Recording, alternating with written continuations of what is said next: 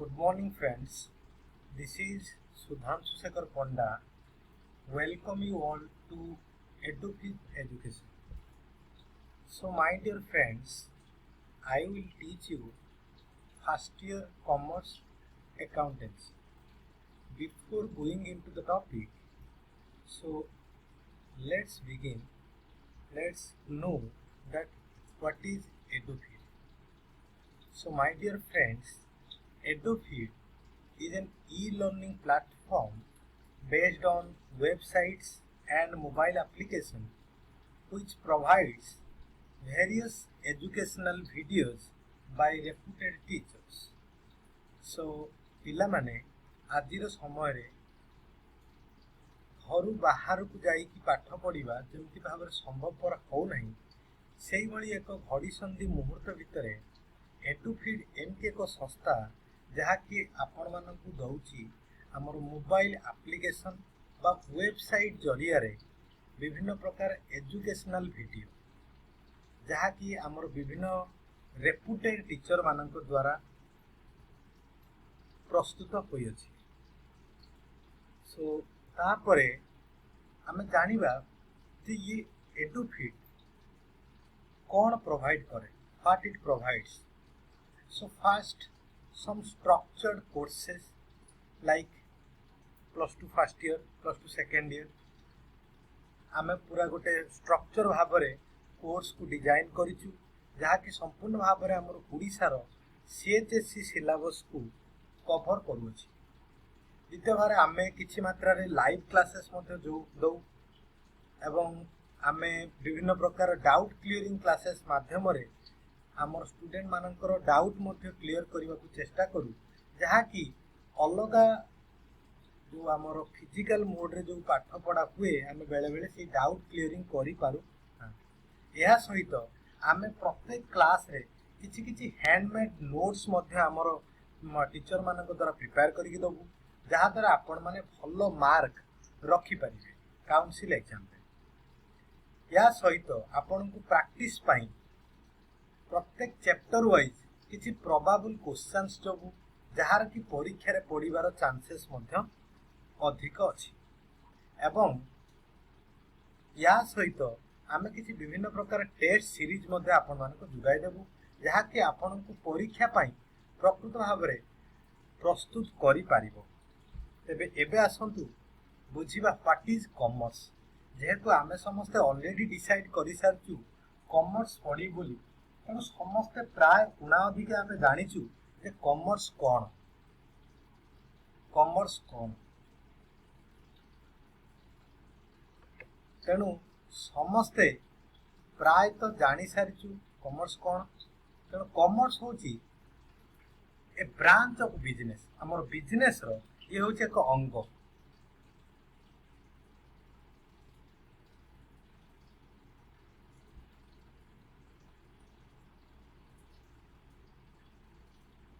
ये होची एक हमर ब्रांच ऑफ बिजनेस।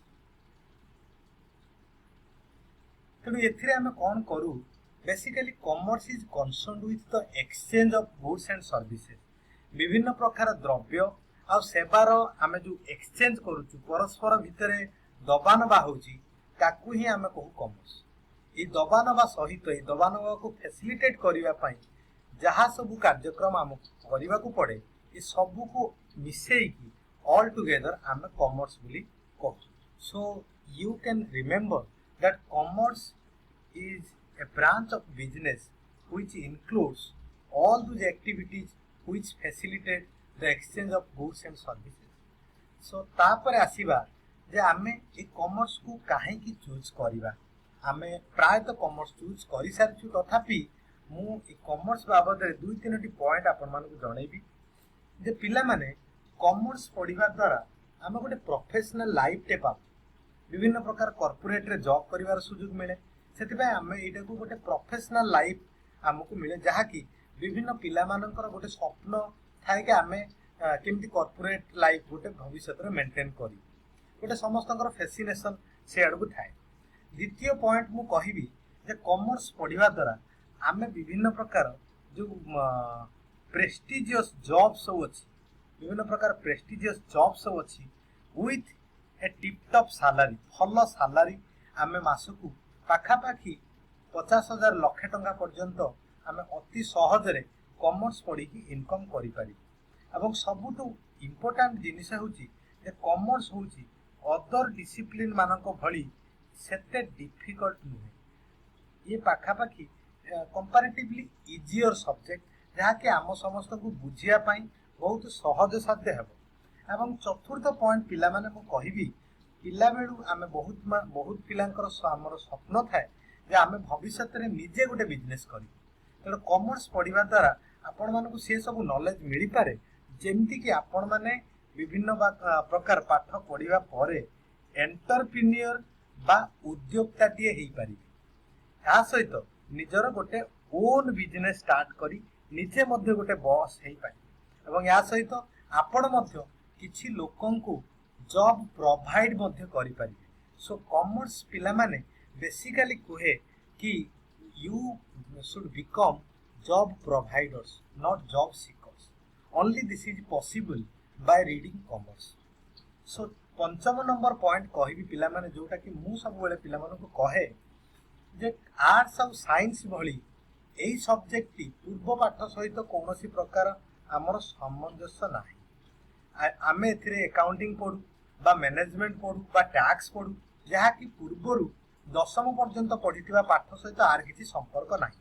किंतु जदि आम आर्ट्स पढ़ू विभिन्न प्रकार जो आमर हिस्ट्री हो जियोग्राफी हो कि पॉलिटिकल साइंस हो कि इकोनॉमिक्स हो तेणु आपण या जानी दरकार जदि ये सब विषय आपण संपूर्ण भाव में भल कर जानी पारि नथिबे तेणु आपण आर्ट्स रे भल करि परिबे ना एमती कि साइंस रे भी आमे जो विभिन्न प्रकार साइंस रो जो सब्जेक्ट आमे पढ़ू थाउ दशम पर्यंत जहाँ कि आमर भौतिक विज्ञान जोटा कि आमे फिजिकल साइंस बोली कहू बा आमे विभिन्न प्रकार लाइफ साइंस बा जीव विज्ञान मध्य पढ़ी थाउ सो ये सब विषय यदि आमे संपूर्ण भाव में भल भाव में नॉलेज न रखिथिबा तेणु आमे साइंस मध्य पढ़ी कि विशेष सफलता पाई परिबा नाही जदि आपण एमती एक मुहूर्त रे जाउछंती तेणु आपणक मानक पई एटा गोटे सुवर्ण सुयोग हेबो कॉमर्स काहेकि ना कॉमर्स जेहेतु पूर्व पाठ सहित किसी संपर्क नहीं आपण प्रथम करी पढ़िबे पाठ तेणु नुआ करी पढ़िबे एवं भल करी पढ़ा स्टार्ट करिवे एवं आपण पूरा फ्रेश स्टार्ट करिकी ए कॉमर्स रे विभिन्न प्रकार आपण एक्सेल करी पारिबे ये होची गोटे बड़ विषय तापर नेक्स्ट स्लाइड की जिबा जे हमर ई कॉमर्स पढ़िबा द्वारा कोन कोन सब कैरियर ऑप्शन अछि आजिर दिन रे पाठ अर्थ सर्वस्व हो जाइछि विभिन्न चाकरी ओरिएंटेड हो जाइछि तेणु चाकरी रो संभावना को पाठ रे बेसी अछि ताहा मते जानि रखिया उचित आमे कॉमर्स पढ़िबा द्वारा आमे निश्चित भाव में हमर जो चार्टर्ड अकाउंटेंट हो पारिबा आमे कॉस्ट एंड मैनेजमेंट अकाउंटेंट हो पारिबा डिफरेंट कंपनी रे कंपनी सेक्रेटरी हिसाब रे मध्य कार्य करि पारिबा एवं या व्यतीत बड़ बड़ कंपनी रे बा हमर कॉर्पोरेट सेक्टर रे आमे मैनेजर ही पारिबा सीईओ जोड़ा कि आमे कहू चीफ एग्जीक्यूटिव ऑफिसर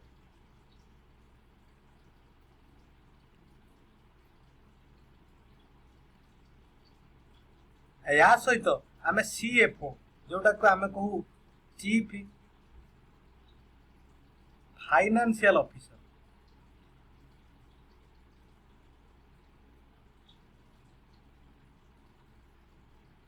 तापरे आम पाखरे ऑप्शन मध्य अछि जे आमे विभिन्न भाव में बैंकिंग मानकरे जो ऑफिसर हिसाब रे मध्य कार्य करि पारि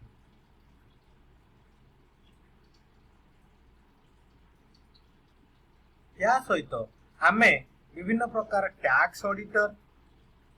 ऑडिटर बा टैक्स कंसल्टेंट हिसाब रे आमे मध्य कार्य करी आमे निजर पेट पाटना जो रोजगार गुजराण मध्य मेंटेई पारिबु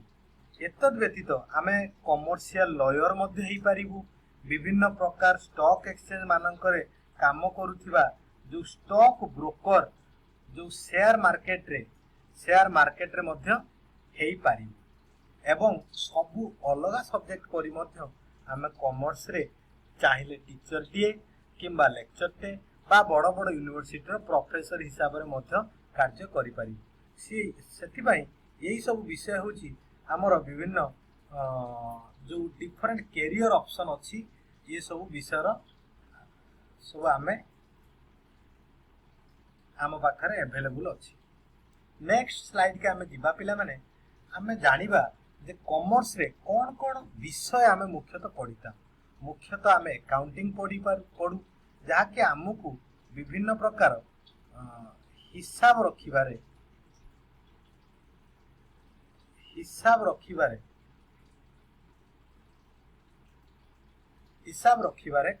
आमको साहाय्य करे। आमे बिजनेस रो केमती लाभ होउची केमती क्षति होउची कौन विभिन्न प्रकार संपत्ति अच्छी कौन आमर ऋण अच्छी से सब विषय आम विशेष भाव में ज्ञान पाऊ ए अकाउंटिंग। द्वितीय आसवा मैनेजमेंट। मैनेजमेंट होउची आम कॉमर्स रे जो बिजनेस रे बिजनेस को केमिति आम मैनेज करवा तार परिचालना केमिति करवा तार आर्थिक परिचालना हो पारे तार जो एम्प्लॉय माने अछन ह्यूमन रिसोर्स मैनेजमेंट हो पारे इवेंट मैनेजमेंट हो पारे तार प्रोडक्शन मैनेजमेंट हो पारे मार्केटिंग बा एडवर्टाइजमेंट मैनेजमेंट हो पारे। या बाद आमे विभिन्न प्रकार कॉमर्स रे इकोनॉमिक सब्जेक्ट मान मध्य पढ़ी था जहाँकि आमे देश दुनियार जो नेशनल इनकम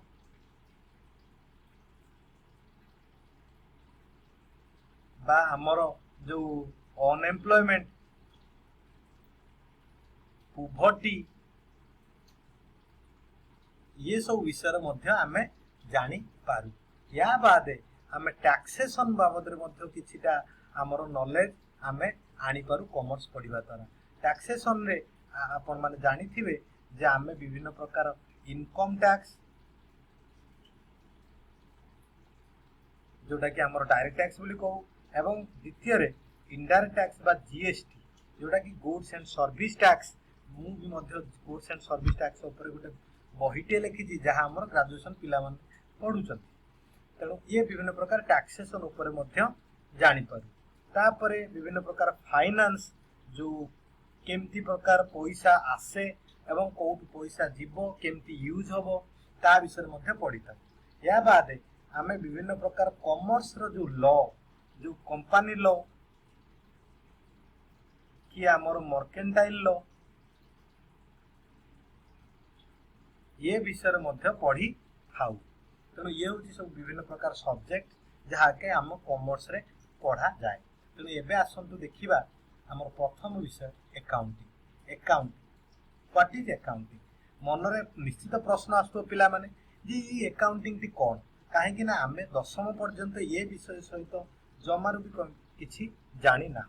पिला माने समस्ते बुझिला भलिया मु गोटे लाइन टे लिखिछि जे accounting is the language of the business which records summarizes interprets the business transactions in a systematic manner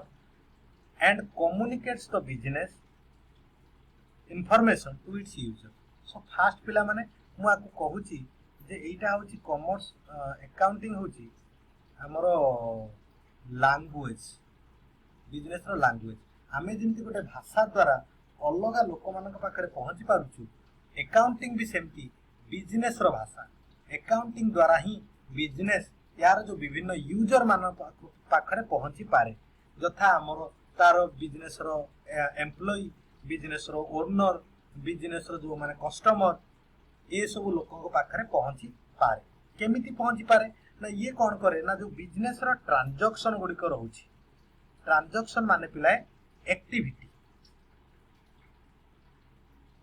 business रो जहाँ भी सब कार्यक्रम एक्टिविटी होची ता बाबद रे ये कौन करे रेकॉर्ड करे ताको लेखिकी रखे लेखि सारला परे विभिन्न कार्यक्रम को समराइज करे ए वर्षर सेल्स केते है कि परचेज केते है तापरे आमे सेटा को इंटरप्रेट मध्य करिथौ जे सेल्स बढ़िला कि कमिला परचेज बढ़िला कि कमिला कि आमर जो प्रॉफिट लॉस अछि सी बढ़िला कि कमिला ये सब विषय जानी पारू एवं जानी सारला परे आको आमे कोन करू ए जो बिजनेस इंफॉर्मेशन को आमे यार जो डिफरेंट यूजर्स अछंती आमे से यूजर्स मानक पाखरे आको कम्युनिकेट करि पारू सेथि पई आको बिजनेस रो लैंग्वेज बोली भी कोहा जाय। तापर आसीबा पिला माने जे आमे अकाउंटिंग काहे की दरकार करू मु जेहेतु कहली जे आमे बिजनेस रो ट्रांजैक्शन गुडी रेकॉर्ड करू पिला माने प्रथम प्रश्न निश्चित तुम मानक मन रे उठिथिबो जे आमे रेकॉर्ड काहे की करी पिला माने जदि मु आजिर दिनर कथा पचारिबु तो तुम माने कहि पारि किंतु वर्षे बा 5 वर्ष पूर्व तुम कौन करथिलो बोली कहि पारिबो तेणु एटा आम ह्यूमन मेमोरी रो गोटे लिमिटेशन जे आमे प्रत्येक दिन कौन कौन होउची गोटे इंडेफिनाइट पीरियड पर्यंत आमे मन रखि पारिबा नाही गोटे बिजनेस रो भी सेमती जहाँ भी फाइनेंशियल इनफॉरमेशन अच्छी ताकू आमे बहुत दिन पर्यंत मन रखिया पारिबा नाही तेणु आमे कौन करिबा ताकू सेथि पई रेकॉर्ड करिबा जोथि पई कि आमे अकाउंटिंग दरकार करिबा नंबर 1 नंबर 2 आमे बिजनेस रो फाइनेंशियल पोजीशन केमती अछि एसेट केमती अछि हमर विभिन्न प्रकार संपत्ति सब कौन कौन अछि हमर सब विभिन्न प्रकार लायबिलिटी बा ऋण सब कौन अछि से विषय जानिया पई हेले जो फाइनेंशियल पोजीशन विषय जानिया पई हेले हमकु अकाउंटिंग प्रिपेयर करिया को पड़िबो अकाउंटिंग बनेवा को पड़िबो या बेहादे हमें जदि भी फाइनेंशियल परफॉर्मेंस कोनोसे एक वर्ष रे बा कोनोसे एक मास रे यदि आमे गोटे बिजनेस रो फाइनेंशियल परफॉर्मेंस विषय जानिया को चाहिबा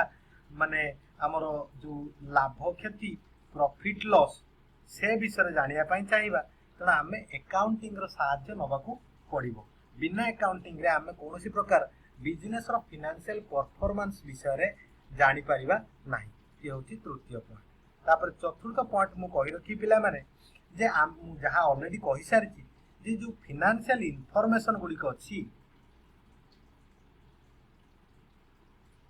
ताकू आमे विभिन्न जो यूजर्स अच्छे आम अकाउंटिंग रो जो माने अकाउंटिंग को यूज करी लाइक गवर्नमेंट देखिबो टैक्स नबो आम पाखु तो सी भी देखिबो ओनर देखिबो आमर केमति लाभ होउची क्षति होउची से देखिबो कंपनी को जो मैनेज करूचंती से माने मध्ये देखिबे आम कंपनी रे एम्प्लॉइज जो माने कार्य करूचंती जो माने एम्प्लॉइज बा आम कंपनी रो जो माने ऋणदाता बा क्रेडिटर जो माने हमकु लोन देइचंती से माने निश्चित भाव में जानिबा को चाहिबे आम कंपनी केमिति आम बिजनेस केमिति भाव में ऑपरेट करूची तो हमर जो फाइनेंशियल इनफॉरमेशन अछि ताकू जानिया पई हेले आमे अकाउंटिंग करिबा को पड़िबो तो पिला माने तम माने निश्चित भाव में आज ये क्लास रो जानि पारथिबो जे एडुफिड कोन करे तापरे आमे आसिले कॉमर्स काहे की पढ़िबा कॉमर्स रे कोन सब सब्जेक्ट्स पढ़ा जाए कॉमर्स पढ़िया द्वारा हमर लाभ कोन हुए तापरे आमे कॉमर्स रो जो मेन इंपोर्टेंट सब्जेक्ट्स अकाउंटिंग कोन तार आवश्यकता कोन अछि आमे काहे के अकाउंटिंग पढ़िबा ये सब विषय मध्ये जानिले ये सब परे पिला माने कॉमर्स रे तमरो भलो फ्यूचर पई मु तुमको शुभेच्छा जणेबा सहित आजिर क्लास को एठारे विराम दउची थैंक यू पिला माने।